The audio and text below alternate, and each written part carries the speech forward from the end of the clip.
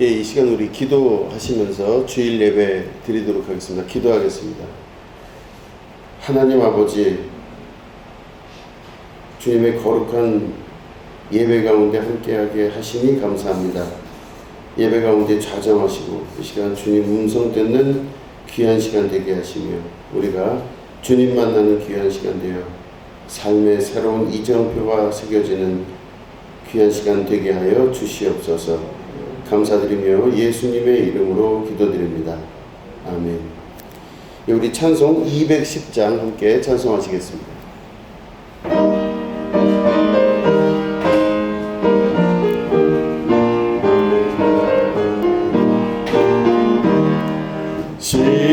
시온성과 같은 교회 그의 영광 한없다. 허락하신 말씀대로 주가 친히 세웠다. 반석 위에 세운 교회 흔들 자가 누구랴. 모든 원수 애워싸도 아무 근심 없도다. 생명샘이 솟아나와 모든 성도 마시니 언제든지 흘러넘쳐 부족함이 없도다. 이런 흘러가니 뭔가를 잡으랴. 주의 은혜 풍족하여 넘치고도 넘친다. 주의 은혜 내가 받아 시온 백성 되는데 세상 사람 비방해도 주를 찬송하리라. 세상 헛된 모든 영광 아침 안개 같으나 주의 자녀 받을 복은 영원 무궁하도다. 아멘. 들으신 예물을 위해서 기도하겠습니다. 하나님 아버지 감사합니다. 하나님께서 주신 이 땅에서의 삶이 주님께서 주시는 진정한 자유로서 살아갈 수 있도록 도와주시옵소서.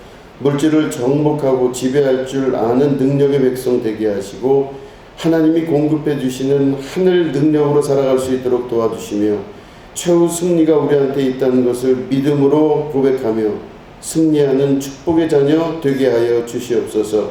하나님께서 예물 드린 손길들을 기억하시며 누르고 온 대로 차고 넘치도록 채워주셔서 주님의 거룩한 나라를 소유할 줄 아는 축복이 있게 하여 주시옵소서. 감사드리며 예수님의 이름으로 간절히 축복하며 기도드립니다. 아멘. 우리 하나님 말씀 함께 보시겠습니다. 하나님 말씀은 고린도후서 4장 8절부터 10절을 먼저 읽고 16절 18절을 또 읽도록 하겠습니다. 우리 8절부터 10절을 먼저 읽겠습니다. 우리가 사방으로 우겨쌈을 당하여도 쌓이지 아니하며 답답한 일을 당하여도 낙심하지 아니하며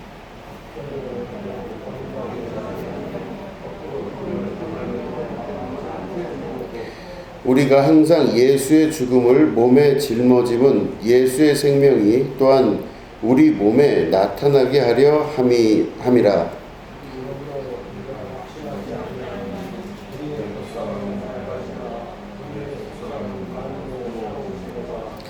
우리가 잠시 받는 환난에 경한 것이 지극히 크고 영원한 영광에 중한 것을 우리에게 이루게 함이니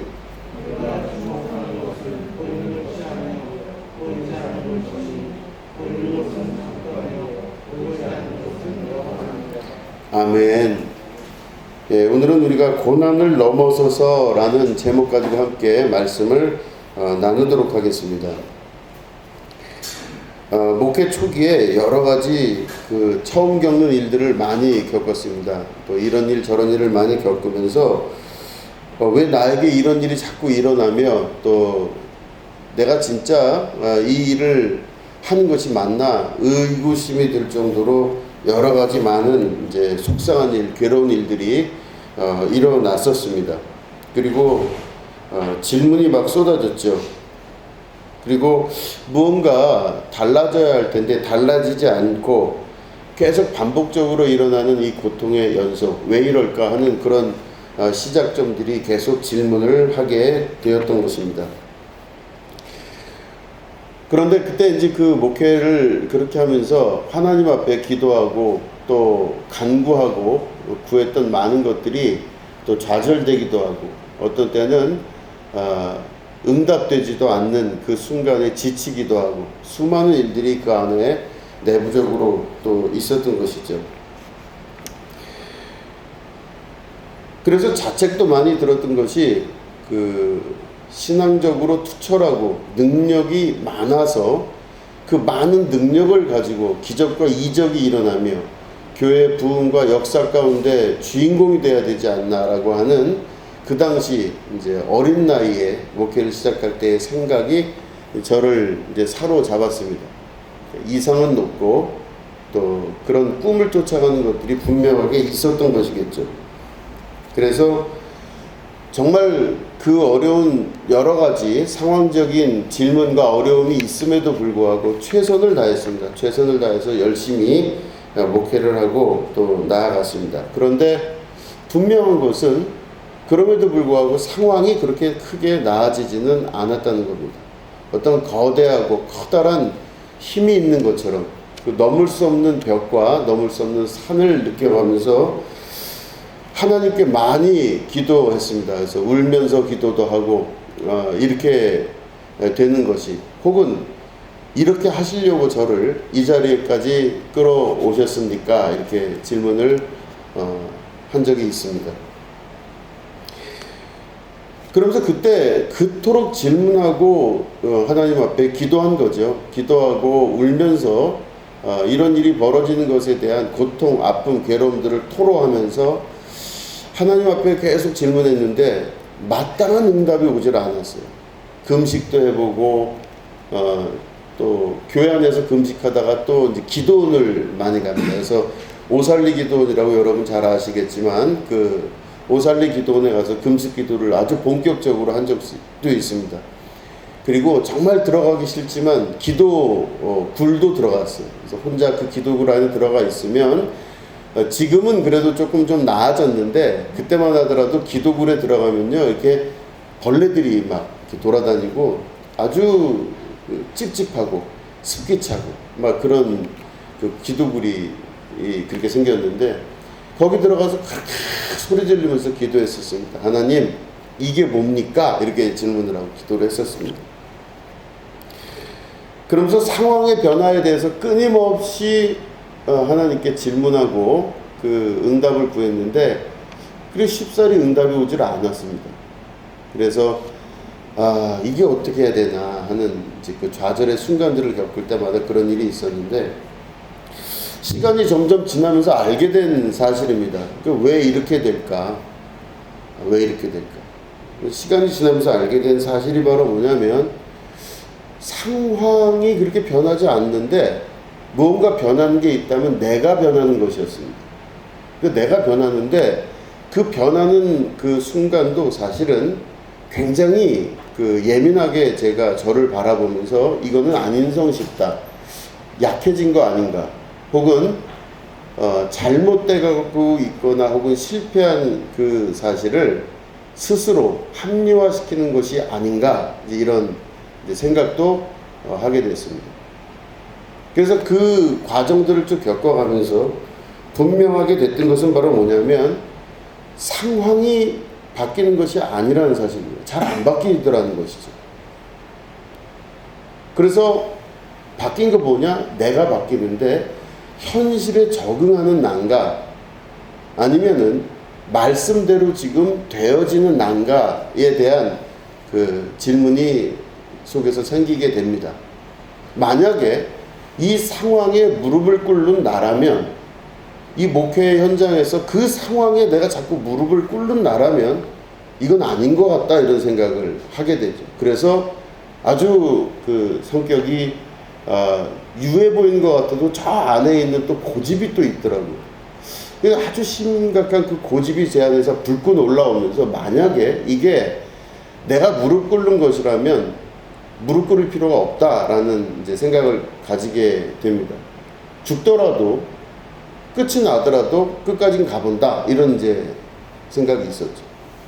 이게 만약에 어떤 상황에 내가 무릎 꿇는 것이라면 그럴 텐데, 그게 아니라 말씀에 비추어 봤을 때 내가 말씀에 맞게끔 변해 나가는 것이라면 그것은 상황에 무릎 꿇는 것이 아니라 하나님이 나를 만들어 가시는구나 라는 것을 알 수 있겠다, 이 생각을 한 거죠. 기도하면서 몇 년 동안 지속되는 그 질문 안에 하나님 앞에 말씀을 다시 보게 되고 또 기도하게 되고 하는 그 초기의 과정들을 겪게 됩니다.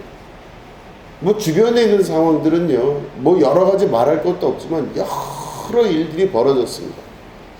정말 참 여러 가지 일들이 벌어지면서 내면 안에서 혼자 그것들을 헤쳐나가야만 되는 이제 그런 고민들을 하는 순간이었었죠. 그런데 보시면 말씀 안에서 그것들을 확인해보는 과정들이 있었는데, 예수님의 공생애를 가만히 보면서 그 제자들을 이제 말씀 안에서 보게 됩니다. 근데 제자들이 예수님을 막 쫓아가요. 그럼 예수님이 제자들을 처음 만나는 장면서부터 이제 쫓아가게 되죠. 근데 예수님의 제자들이요, 꿈도 많고 또 다혈질도 있었고 성격 급해서 또 금방 뭔가를 이루고자 하는 사람들도 있었고, 뭐 여러 사람들이 예수님의 제자들로 등장을 합니다. 베드로, 여러분 잘 아시는 그런 사람도 있었고, 또 야고보도 있고, 뭐 여러 사람들이 쭉 예수님을 쫓아가는데, 근데 성경에 보니까 그 사람들이 예수님을 처음 만날 때 기적적인 장면, 놀라운 그 기적을 근거로 한 꿈, 이렇게 될 수 있겠구나라고 하는 이상, 소망, 이런 것들이 보였어요. 저도 그랬죠. 저도 목회를 처음 시작하고, 물론 이제 아주 어려서부터 예수님을 믿고 살았지만, 쭉 지나가면서 보니까 그 제자들과 같은 꿈을 꾸었던 것입니다. 이렇게 될 것 같다. 이렇게 될 수 있겠다. 야, 축복과 은혜가 있겠구나. 내가 예수님 이제 쫓아왔으니 이 정도 되는 수준의 능력의 이런 사람이 되겠구나. 그러면서 가만히 있지 않고 또 열심히 또 집회를 쫓아다니고 기도원에 다니고 말씀을 읽고 뭐 이런 과정들을 계속 반복합니다. 뜨겁게 기도하고 그 과정을 겪었는데, 이 제자들이 자기들이 다 각자 꿈이 있었는데 꿈이 어느 순간 되니까 드러나는 장면들이 나타나요. 그게 뭔가 하니 예수님 옆에서 제자들이 질문을 하죠. 누가 예수님 오른쪽 왼쪽에 앉게 될 것인가? 예수님이 예수님의 그 권세가 커지면 이 천국 나라가 이 땅에 임하게 될 텐데, 그때 예수님이 왕이 되면 그 옆에 누가 앉을 것인가를 서로 막 해요. 이렇게 싸웁니다. 그래서 그 제자들의 어머니마저 막 거의 끼어들어서 우리 아들이 옆에 앉아야지, 예수님 도와주십시오, 이렇게 또 청탁도 하는 이제 그런 면을 보게 됩니다. 그러니까 꿈과 소망이 많고 그렇게 막 올라가려고 하는 의도와 그런 것들이 꽉 차 있던 그때, 저도 역시 같은 생각을 했던 거죠. 겉으로는 예수님을 쫓아가고 있었지만, 또 목사였었고 또 목회자였지만, 그렇게 되는 게 마땅하다고 생각하고, 나는 또 충분히 그럴만하다, 이렇게 또 스스로 자평도 하면서 그 예수님 옆에 누가 앉을 것인가에 대한 논의를 하는 것처럼 저도 역시 똑같은 생각을 가졌습니다. 교회가 좀 커지면, 그죠? 더 커져서 더 커지면 나는 이 정도 되는 위치에서 이렇게 하고, 내가 신앙생활을 이렇게 하면 그 정도 되는 위치에서 이렇게 될 것이다 라고 하는 추정을 하는 거죠. 너무 멋있지 않습니까?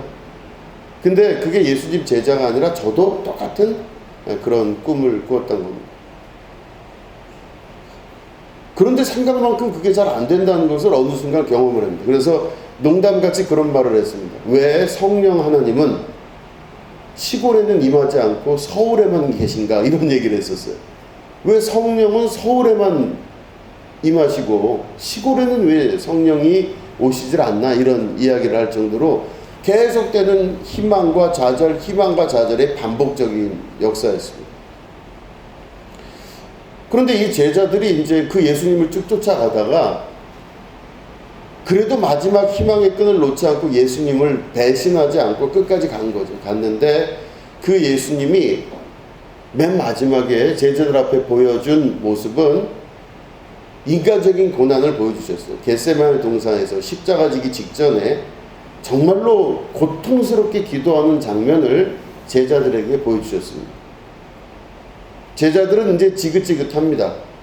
그 예수님이 하시는 말씀도 지겹고 도대체 뭐가 뭔지도 모르겠고, 그래서 돌 하나 던질 정도의 그 가까운 거리의 제자들이 예수님 기도하는 장면을 보고 있다가 잠을 잤다 이렇게 성경은 기록하고 있습니다. 예수님이 거기서 고통스럽게 기도하시는데 이 예수님께서 나와 보시니까 제자들이 잠을 잔 겁니다. 뭐 여러 가지 그 안에는 의미론적 구조가 있지만 그 잠을 자는 제자들의 모습은요, 예수님한테 관심이 별로 없는 거예요. 예수님에게 특별한 관심이 별로 없으면서 예수님 말씀도 지긋지긋한 겁니다. 지금 그냥 그래요. 똑같아요. 나는 죽으러 갈 것이다. 나는 죽게 될 것이다. 근데 너희들 항상 조심해라. 그리고 세상과 반대되는 얘기를 너무 하시니까 제자들도 지친 거예요. 너희들 높은 데 가지 말고 낮은 데로 가고 대접받으려고 하지 말고 남을 먼저 대접하는 사람 되라. 너희들은 종이다. 뭐 이런 얘기를 자꾸 하니까 이 제자들도 지치던 거죠. 그렇게 살고 싶지 않거든요. 한 인생인데 내 인생이 좀 대접도 받고 괜찮은 삶을 살고 싶어서 예수님 쫓아간 거지 십자가 지려고 쫓아간 건 아니지 않냐 이거죠. 그러니까 제자들도 지치고 피곤한 겁니다. 그래서 제자들이 예수님 기도하실 때 저 멀리서 졸고 있다가 결국 그냥 잠을 자게 돼요. 그럴 때 예수님이 나오셔서 하시는 말씀이 잠시도 깨어있을 수가 없더냐 이렇게 제자들에게 말씀을 하시죠.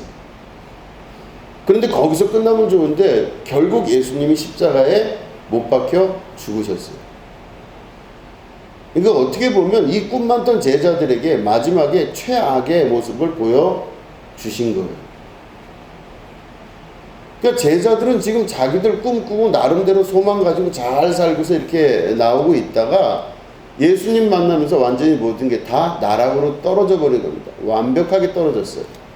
그런데 그 제자들의 모습이 꼭 저의 모습이었고 제가 목회를 그때 시골에서 할 때도 딱 그 정도 선에서 보여질 수 있는 모습이었던 겁니다.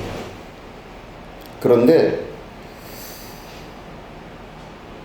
이 예수님의 제자들은 자기가 생각하는 자기의 꿈과 자기 세계를 향해서 끊임없이 앞을 향해 나아갔고 그렇게 예수님을 쫓아가는 거예요. 나름대로 생각을 가지고 예수님을 쫓아갔었는데 그 결론은 그렇지가 않더라는 것입니다.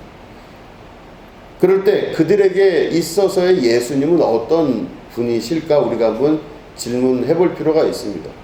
그들이 3년 동안 쫓아갔던 예수님, 그 3년 동안 바라고 소망했던 그들의 꿈, 그들은 무엇을 바라고 예수님을 쫓아갔으며 그 제자들의 마음은 어땠을까? 인간적인, 너무나 인간적인, 그 안에 보면 심각한 좌절, 내가 3년을 죽어라고 쫓아가서 바라본 마지막이 이거구나 라고 하는 것을 제자들이 큰 좌절감을 가지고 아마 예수님을 보게 되었을 것입니다. 생각들이 많았죠. 그래서 제자들 중에서는 자기 고향으로 돌아갑니다. 엠마오 마을로 돌아가서 자기 가고 싶은 곳으로 가. 그리고 자기 고향으로 돌아가서 하던 일 그대로 하고 더 이상 신경 쓸 겨를도 없이 그저 자기의 원래 있던 세계로 다 돌아가면서 이렇게 하는 모습이 맨 마지막에 나오는, 성경의 맨 마지막에 나오는 장면들입니다. 그들에게 있어서 특별한 주변의 정황은 변화되지 않았습니다. 로마가 그렇다고 무너진 것도 아니고 또 예수님을 핍박했던 많은 사람들이 그 순간 다 한꺼번에 몰살을 당하거나 어려움 당한 것도 아닙니다. 오히려 예수님이 몰살을 당하는 거죠. 십자가의 고난을 당하신 거죠. 그러니까 그들이 봤던 인간적인 이 제자들의 눈으로 볼 때 예수님은 완벽한 실패자고 완벽한 모든 일을 이루지 못한 분이셨습니다. 다 각자 자기의 뜻을 따라 또 쫓아가는 거죠. 그런데 중요한 것은 그 제자들이 그렇게 끝난 줄 알았는데 사도행전에 보니 이 제자들이 무언가 바뀌었다는 것을 경험하기 시작합니다.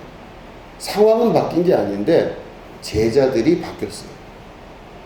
어떤 상황이 있었는데 그 상황을 만난 이 제자들의 모습이 변한 겁니다.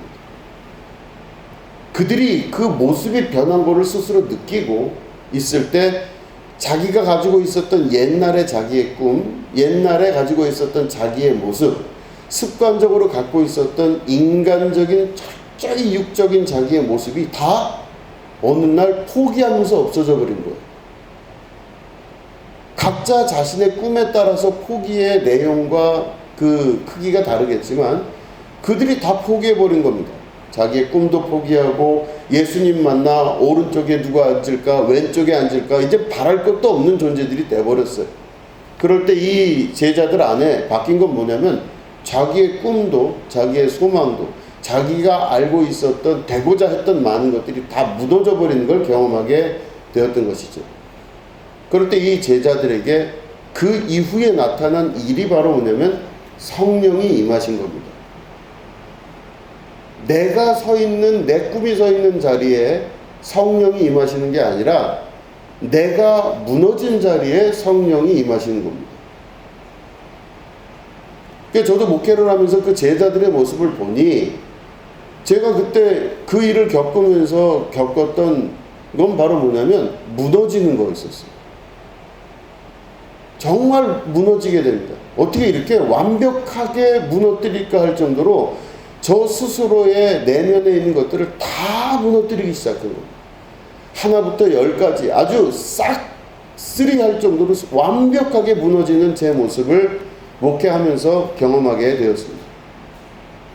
진짜로 무너지는데 정말로 아주 작은 털끝만큼 있었던 작은 자아마저도 완벽하게 무너지는 걸 경험하기 시작했습니다. 어느 순간 제 생각과 제가 가지고 있던 꿈과 모든 것들은 30대 중반 나이에 다 무너지고 말았습니다. 이게 뭐지? 이 생각이 들면서 다 무너졌어요. 무너져서 허망하게 있는 그 순간 알게 된 게 바로 뭐냐면 상황이 바뀌고 싶었는데 뭔가 좀 내가 위치를 제대로 잡고 싶었는데 무언가 하고 싶었는데 라고 하는 것들이 싹 무너지면서 그 이후에 성령이 임하시는 걸 경험합니다.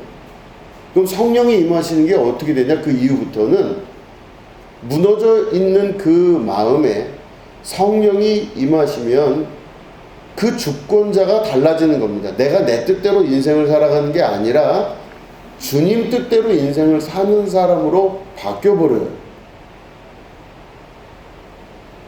내가 원하는 데를 가고 내가 원하는 사람을 만나 내가 원하는 일을 하는 것이 내 뜻이었는데 내가 원하지 않는 장소에 가서 내가 원하지 않는 방향으로 일을 하고 내가 원하지 않는 사람과 일을 하기 시작하게 되는 것, 이게 바로 성령이 임한 다음에 나타나는 결과였다는 것입니다.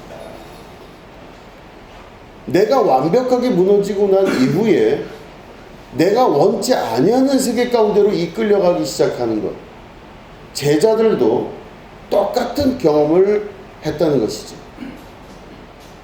보니까 저는 제가 잘못된 줄로 생각했습니다. 내 능력이 부족하거나 수고가 부족하거나 뭔가 잘못됐거나 방향을 잘못 잡았거나 시작이 잘못됐거나 아니면 처음부터 잘못됐거나, 그래서 끊임없이 저를 달달달달달 볶아서 쉬지 않고 계속해서 뭔가를 하게 하고 괴롭히고 힘들게 만들고 막 스스로 막 너무너무 이걸 못 참을 정도로 괴롭게 만들었었는데, 그게 그렇게 해도 안 된다는 걸 알고 이건 내 능력이 안 되는구나.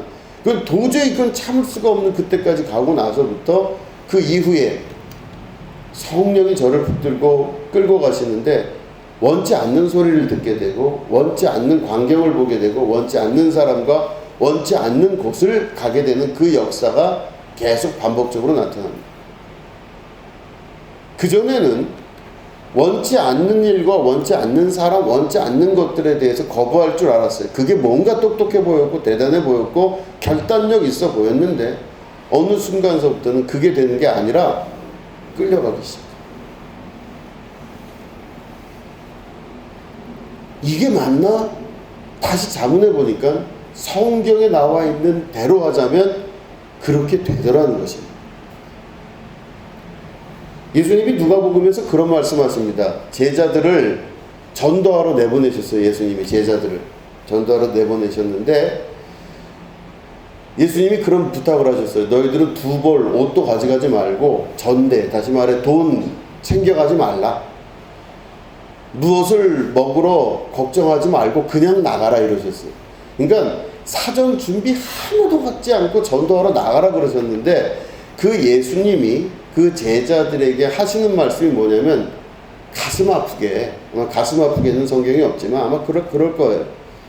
내가 이 제자들을 내보내는데 세상 가운데 이리 가운데 양을 내보내는 것 같도다 이렇게 말씀을 하세요. 그러니까 예수님의 제자들을 전도하러 내보내는데 이리 가운데 내보내는 것 같더라. 그러니까 너무 고통스러운데 그거를 하게끔 예수님이 만드시는 것 같다. 괴로운 거죠. 괴로운 겁니다. 예수님이 그 마음을 가지셨다고 하는 것은 그 제자들을 지금 무언가 사람들이 보기에도 똑똑하고 똑바르고 뭔가 있을 법하고 준비가 다 갖추어져서 세상을 장악할 정도의 인물로서 그들을 밖에 내보낸 게 아니라 밖에 나가는 즉시에서부터 이리 떼들이 양을 뜯어먹으려고 잡아먹으려고 덮쳐오듯이 막 쫓아와서 그 양이 결국은 목숨을 잃는 장면까지 예상되는 그 예수님은 그런 것들을 제자들을 통해서 보신 거예요. 참 가슴 아프게 보신 거죠. 예수님 믿는다고 하는 것 그리고 교회를 다닌다고 하는 것이 겉으로 볼 때는 어떤 모습을 갖고 있는지는 각자 다 세상의 시기에 따라 달라 보이지만 우리가 가는 진짜 그 길은 어느 정도까지는 십자가 앞에까지 우리가 갈 수밖에 없다는 것을 우리가 반드시 기억해야 됩니다. 아마 예수님이 저를 목회를 처음 내보내셨을 때 그런 마음이셨을 것 같아요.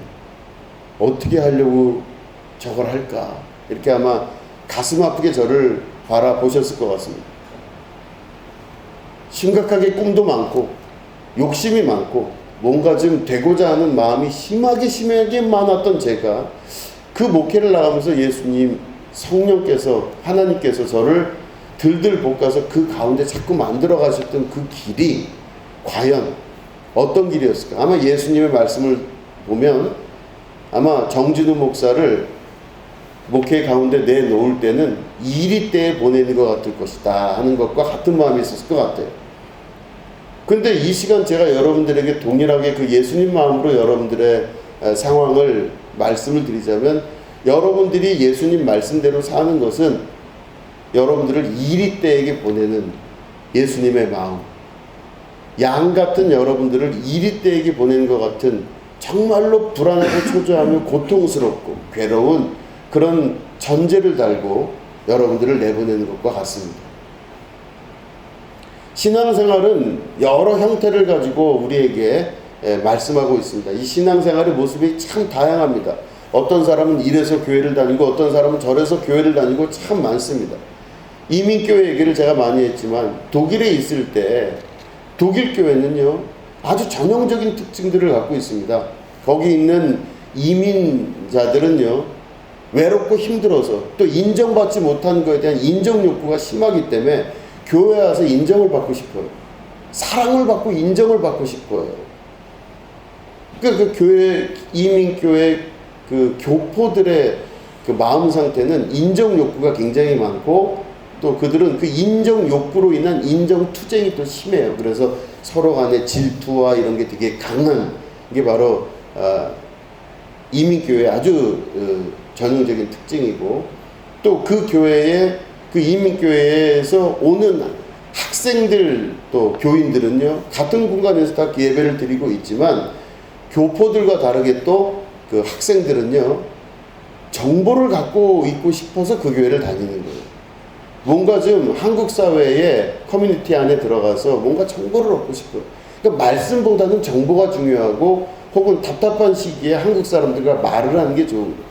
그러니까 서로 다 어떻게 보면은 같은 공간 안에 있지만 서로 바라보는 신앙의 형태나 모습들, 여러 가지 것들이 각각 다 다르게 작용한다는 것입니다. 이 사람은 이렇게 해서 교회를 다니고, 저 사람은 저런 방식으로 교회를 다니고, 어떤 사람은 이런 이유 때문에, 어떤 사람은 저런 이유 때문에 신앙생활을 한다, 이렇게 볼 수가 있는 것이죠. 그러면 각각 그 신앙생활이 다 옳으냐? 그게 아니라는 것입니다. 중요한 건 바로 예수님께서 오라고 하신, 너희들 이리로 오라 하신 그 방식대로 신앙생활을 해야 되는 것이죠. 그 방식대로 신앙생활을 한다는 건 바로 뭐냐면, 예수님의 제자들이 걸었던 그 길, 그 마지막까지 예수님의 제자들이 예수님의 그 마지막을 봤던 그 순간까지 그들은 신앙생활을 그 방향으로 만들어서 해야 된다고 하는 것입니다. 이게 저도 그렇게 신앙생활을 해가면서 목회를 해나가는데, 그 과정이 보니까 내 꿈과 소망과 이런 거랑 다르게 하나님께서 저를 쳐서 복종시켜서 그 길로 이끌게 하십니다. 그럴 때 아주 그 생사를 뜯는 듯한 고통이 있었어요. 이게 보면은 상처기가 이렇게 났을 때, 상처 입은 다음에 여기 이렇게 까맣게 이렇게 이 상처가 자리를 잡을 때, 그 딱지 뗄 때 아프시죠, 여러분? 그 온몸에 딱지를 다 떼는 듯한 고통이에요. 내가 알고 있었던 생각, 내가 품고 있었던 꿈, 내가 생각했던 모든 것들이 그 상처기 뜯어내듯이 다 살점 뜯어낸 듯한 아픔으로 경험되기 시작합니다. 무너지는 자존심, 무너지는 이 모든 것들, 힘과 꿈과 사랑 다 무너지고 나서 아무것도 없는 그 순간이 됐을 때의 고통은 이루 말로 할 수가 없는 거죠. 그런데 제자들을 그렇게 뽑아서 그렇게 이끄셨던 예수님의 방식이 이제는 성령께서 이 땅에 오셔서 우리를 이끌어 가실 때 똑같은 방식으로 이끌어 간다는 것을 알게 됐습니다. 성령이 똑같은 방식으로 이끌어 가세요. 나를 무너뜨리시고, 내가 생각했던 내 꿈과 내 소망과 내 바람을 다 접어 놓으시고, 이제는 그 나를 이끌어서 성령께서 이끄시는 방향대로 끌고 갈 수밖에 없게끔 만들어내시는 거죠. 그래서 보면 하나님의 나라의 중요한 역사는 내가 예수 믿고 상황을 바꾸는 거가 먼저가 아니라, 예수 믿고 나서부터 나 먼저 잡게 하시는 게 성령 하나님의 뜻이고, 그 길대로 그대로 가시더라는 겁니다. 그렇기 때문에 예수님 믿고 나서 여러 가지 어려운 일을 당할 때 여러분 두려워 마시는 것은, 그 말씀 안에, 그 기록 안에 우리가 그 말씀을 통해서 이 과정들을 확인해 볼 수 있다라고 하는 것입니다. 상황이 바뀌는 게 아니라 내가 바뀌는 걸 알기 시작해요. 자, 보시면은 우리가 오늘 고린도서 4장을 읽었는데 4장 8절에부터 보면은 우리가 우겨쌈을 당하여도 쌓이지 아니하며 이렇게 돼 있어요. 그죠? 사람들이 지금 우겨쌌대요. 나를 죽이려고 사람들이 막 우겨싼 거예요, 지금. 저 사람 죽여야 되겠다고 막 우겨쌌어요. 그럼 다 적입니다. 나 말고 다 적들이 나를 향해서 우겨쌈을 내가 지금 당하고 있는데, 여기 보니까 말씀이 보니까 사방으로 우겨쌈을 당하여도 쌓이지 아니하며, 사람들이 나를 좀 우겨쌌는데 나는 우겨쌈 당하지 않은 거예요. 이게 참 이상한 말입니다. 그 두 번째 보면 답답한 일을 당하여도 낙심하지 아니하며 이렇게 됐어요. 그죠? 답답한 일을 당했는데 낙심하지를 않아요. 원래 낙심할 일이 있으면 낙심을 해야죠. 근데 답답한 일을 당했는데 낙심하지 아니하고, 박해를 받아도 버림바 되지 아니하고, 또 거꾸러뜨림을 당하여도 망하지 아니하고 이렇게 되어 있습니다. 그 다시 말해 어떤 상황이 나에게 아주 나이스하게 흘러온다고 성경은 기록하지 않고 있죠.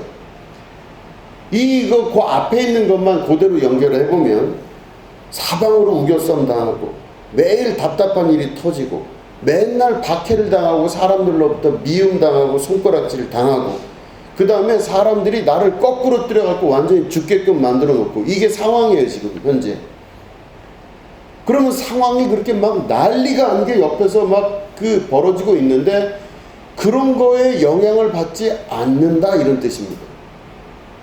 상황을 바꿔놓으시는 게 아니라 이 상황이 바뀌어지는 게 아니라 그렇게 상황이 오면은 사람들의 일반적 반응이 있을 텐데 그렇게 반응하지 않고 내가 그 반응을 초월한 자가 된다는 뜻입니다.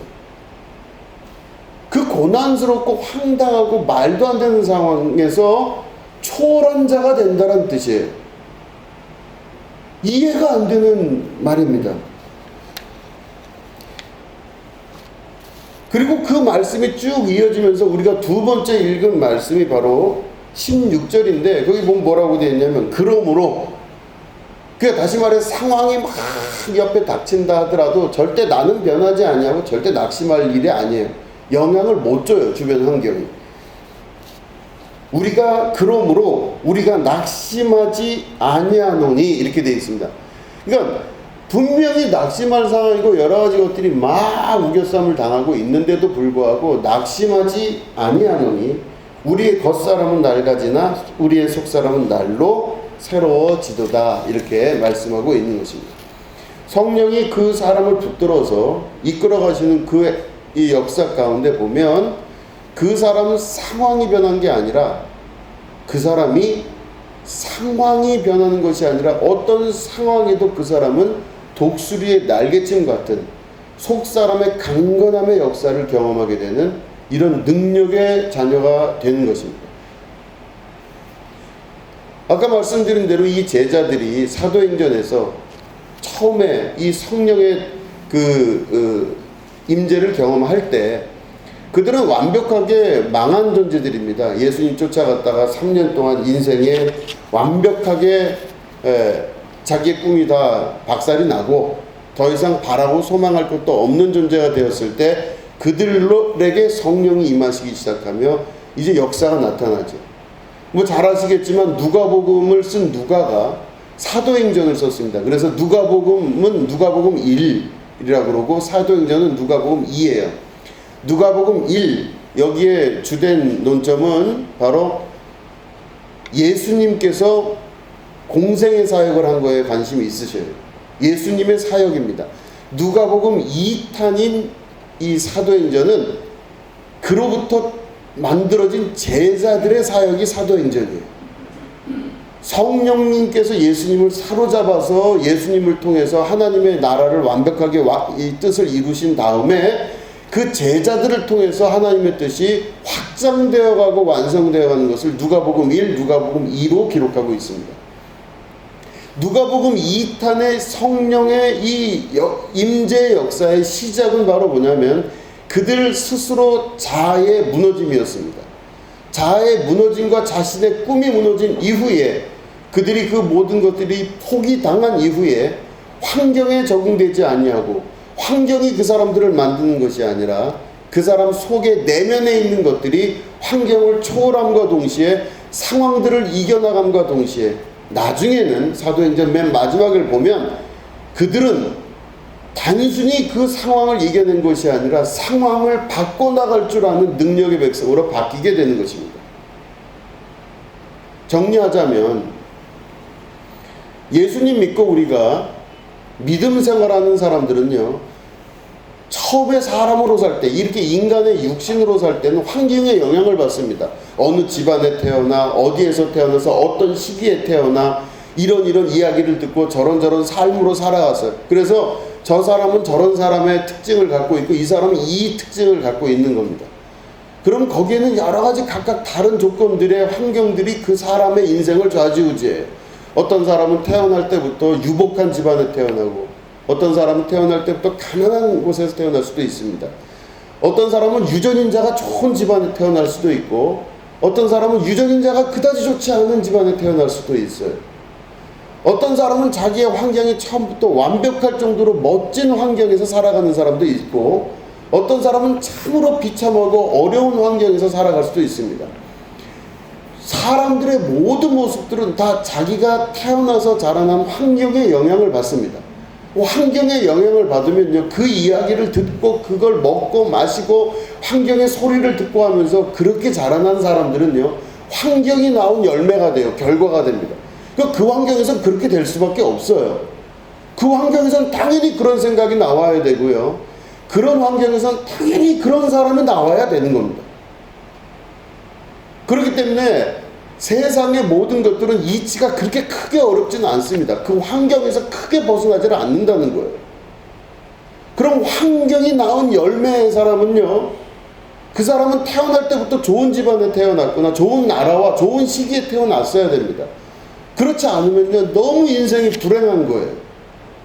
그 인생의 불행함을 누구에게 하소연을 할 수가 있겠습니까? 그런데 예수님 믿고 나서부터는요, 환경이 그 사람을 건드는 사람이 아니에요. 환경은 난 이렇게 만들었기 때문에 나는 내 생긴 대로 산다 그럴 수 있지만, 예수 믿고 난 다음에 그 사람의 환경이 변화가 되기 시작해요. 환경이 영향을 못 미치기 시작하는 겁니다. 맨 처음에 그거를 만드시는 작업은요, 자기를 다 박살을 내버리세요. 내 뜻대로 안 되게 만드세요. 자, 안 돼요. 내 뜻대로도 안 되고 내 꿈도 안 되고 내 소망도 안 돼요. 다 그걸 버리게끔 만들어요. 그러면 맨 처음에 다 뺏기는 것 같죠. 아니, 이게 어떻게 만들어진 꿈이고 어떻게 만들어진 환경이고, 최소한 나는 그래도 내가 그래도 똑똑한 사람인데, 나 이 정도 되는 사람, 난 그래도 바보 소리는 안 들었다고, 내가 똑똑한 소리만 들은 사람인데, 그거랑 상관이 없이 하나님께서 그 사람에게서 그걸 다 빼버리시기 시작합니다. 다 빼버려요. 우리 흔히 하는 말로 간도 빼고 쓸개도 다 빼버리세요. 그러면요, 털털 털려서 아무것도 없는 존재가 될 때 이게 도대체 뭐냐, 이렇게 만드시는 게 첫 번째 작업이에요. 그러면요, 그 사람이 다 털린 다음에 이게 뭔가 이 순간이 와요. 그런데 그때 그 안에 내가 있으면은 내 거 다 털어간 것 같은 느낌이지만, 하나님의 시각으로 그 사람을 바라보면요, 내 거 털어간 게 아니라 환경이 그 사람을 지배하지 않게끔 만들어 버리시는 겁니다. 그 사람이 백인으로 태어났건 흑인으로 태어났건 황인종으로 태어났건이 중요한 게 아니라는 것입니다. 그 사람이 환경의 지배를 받는 것이 아니라 이제는 그 환경을 넘어서는 존재가 되기 시작합니다. 그리고 다시 태어나기 시작해요. 새 생명이라고 그러죠. 다시 태어나는 겁니다. 다시 태어나는데, 그 다시 태어나는 곳으로 우리가 가는 것은 성령 하나님이 그를 붙들어서 그를 이끌어가는데, 거기 질질 끌려갈 때 그곳에서 새로 태어나는 거예요. 그래서 환경의 지배를 당하지 아니하고 환경을 넘어선 이후에 새로 태어나는 경험을 하게 되는 것, 이게 바로 진짜 신앙인들의 자세가 되는 것입니다.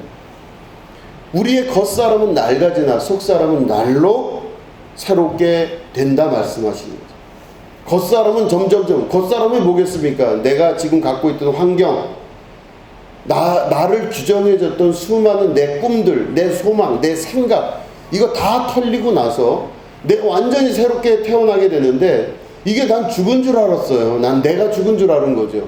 내 꿈도 없어지죠. 소망도 없어지죠. 의지도 없어지죠. 환경도 무너지죠. 되는 거 하나도 없어 보여요. 이것도 안 되고 저것도 안 되고 다 안 돼버려요. 근데 안 되고 나서 다 무너진 다음에 나는 죽은 줄 알았어요. 내가 이게 아니면 내가 인생이 뭐가 있겠습니까? 아니, 내 뜻도 없고 내 의지도 없고 내 삶도 없고 내 바라는 것도 없고 아무것도 없는 내가, 그럼 내가 뭐예요 도대체? 나는 누구냐 이거죠. 이게 뭐예요 도대체? 이렇게 하려고 내가 예수 믿었나요? 아니라고 생각하는 그 순간 나는 그게 결국은 나의 죽음입니다. 내가 죽었다고 생각하는 거예요.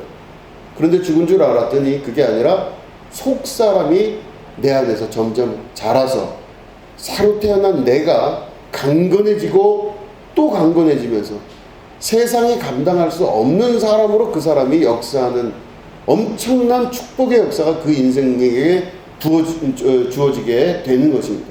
이게 기독교의, 우리가 믿는 예수 그리스도를 믿는 사람의 성경적 자람의 역사입니다.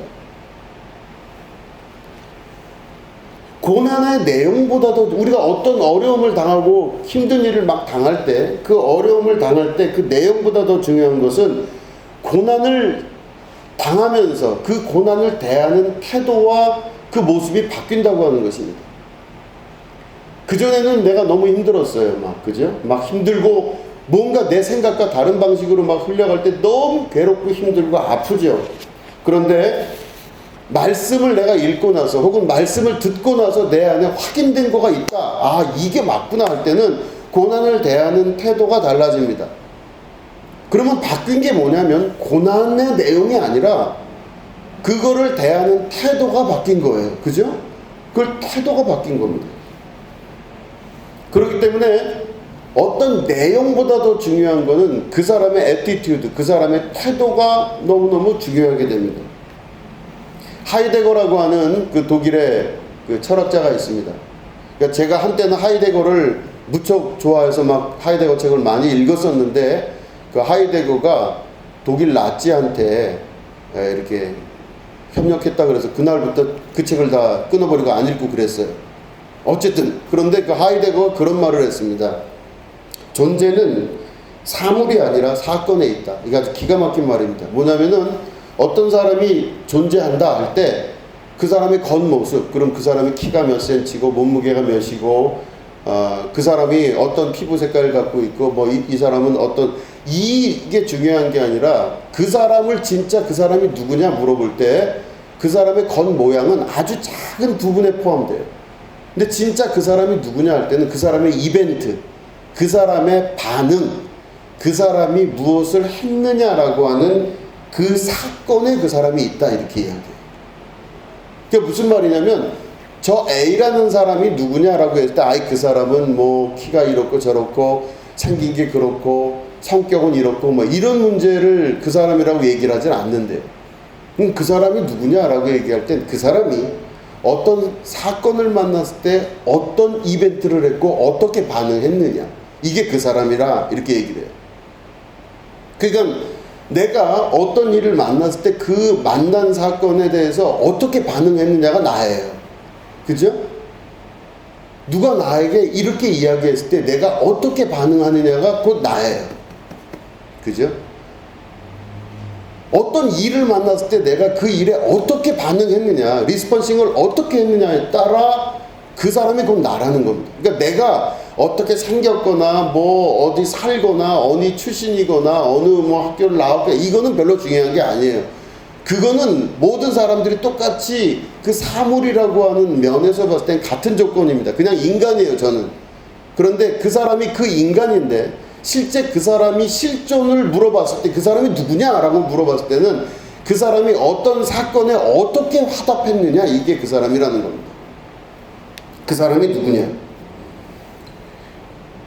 중요한 건 바로 뭐냐면 저는 이 하이데거의 이야기에 아주 철저하게 동의하는 부분이 있습니다. 그 사람이 누구냐라고 할 때 그 사람이 누구냐라는 면면이 중요한 게 아니라 그 사람이 어떤 사건에 어떻게 반응했느냐가 곧 그 사람이에요. 다른 말로 하면 그 사람이 그 삶의 순간순간에 무슨 결단을 했고 어떤 결단을 했느냐가 곧 그 사람이에요.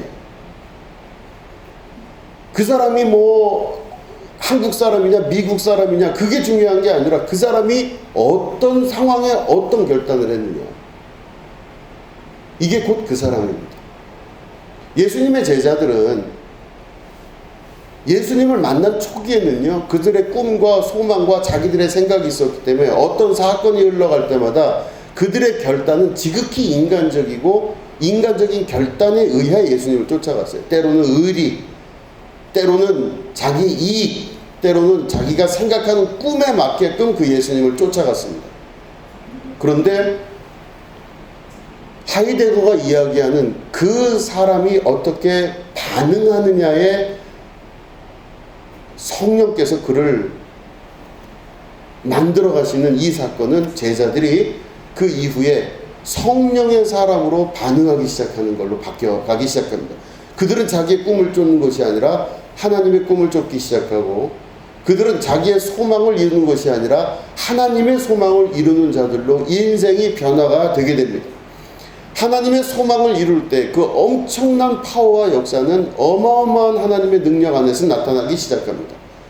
그래서 성령 하나님은 그 이후로부터 그 제자들을 통해서 하나님의 나라가 확장되게 하시고 복음이 전파되게 하시고, 그 복음의 전파가 2000년 이후에 우리들한테까지도 와서 오늘도 그 성령 하나님은 살아계신 상태로 우리 가운데 역사하는 힘이 되고 계신다고 하는 것입니다. 성령은 오늘도 우리와 함께하고 계십니다. 그 성령은 문자 그대로 성경에 기록되어져서 죽은, 그리고 지금은 움직이지 아니하는 성령님이라 그러면 아무것도 의미가 없겠죠. 그런데 그 성령님은 지금도 살아계셔서 오늘도 나와 함께 하시고 우리들과 함께 하시는 성령님이십니다. 그렇기 때문에 가장 먼저 우리가 이 과정을 이해할 수 있다면 말씀 안에서 우리가 스스로를 주님 앞에 봉헌하여 나 자신을 십자가에 매달고 이제는 새로 태어난 자로서 세상을 살아갈 능력의 백성으로 방향이 바뀌어야 될 줄로 믿습니다. 그 방향이 바뀌게 될 때 하나님의 나라가 내 안에 실제적으로 임하시는 축복과 은혜를 경험하게 되는 것입니다. 내 말이 너희 안에 거하고 너희가 내 안에 거하면 무엇이든지 구하라 그리하면 이루리라. 그때 이후는 바로 내가 걱정할 필요가 없이 주님이 걱정하시고, 내가 어떤 부분에 대한 소망을 가질 필요 없이 주님의 소망 가운데 함께 사는 자가 되기 시작하면 주님이 나와 함께하는 진정한 기쁨의 삶을 살아갈 수가 있게 됩니다. 그리고 최후는 승리하게 되는 것입니다. 세상이 나를 만드는 것이 아니라 내가 세상을 만들어 나갈 수 있는 백성으로 변화시켜 나가는 것, 이게 바로 성경 안에서 예수님 오신 이후에 제자들을 통해 나타난 마지막 결론인 것입니다. 여러분들 안에 이런 놀라운 성령의 이끄심의 역사가 일어나시게 되기를 축원합니다. 이 과정들이 우리 안에 실제화되기 시작할 때 여러분들의 삶을 좌절하지 아니하고 모든 것이 합력하여 주님 안에 선을 이루며 능력 주신 자 안에서 능치 못함이 없는 놀라운 역사가 여러분들 안에 반드시 나타나게 되는 것입니다. 우리 성령 하나님은 오늘도 우리를 이끌어 새로 태어난 자로 환경과 주변의 영향을 받지 아니하며 주님의 백성으로 살아나가는 주님의 거듭난 자들로 다시 태어나기를 오늘 주님께서 간절히 소망하고 오늘도 살아 움직이시고 역사하셔서 여러분들 안에 이끌어 가시는 하나님이십니다. 이 말씀을 들으시고 여러분 상황을 영적으로 바라보실 수 있는 여러분 되시기를 주님의 이름으로 축원합니다. 기도하겠습니다. 하나님 아버지, 예수님 이 땅에 보내주시고 제자들 통해 말씀하여 주셔서 감사합니다. 우리가 우리의 눈으로만 세상 바라볼 때는 때로는 좌절스럽고 어려운 마음이 있을 때가 많지만 오늘 이 말씀을 통하여 주님의 눈으로 세상 바라보며 내 인생을 바라볼 수 있으니 너무나 감사드립니다. 주님 말씀하여 주시고 응답하여 주시며 이끄시는 역사 있게 하셔서 하나님의 거룩한 임재를 경험하고 새로 태어난 자로서의 승리하는 백성 될 수 있도록 도와주시옵소서. 환경에 지배를 받는 것이 아니라 환경을 넘어설 줄 아는 축복의 자녀들 되게 하여 주시옵소서.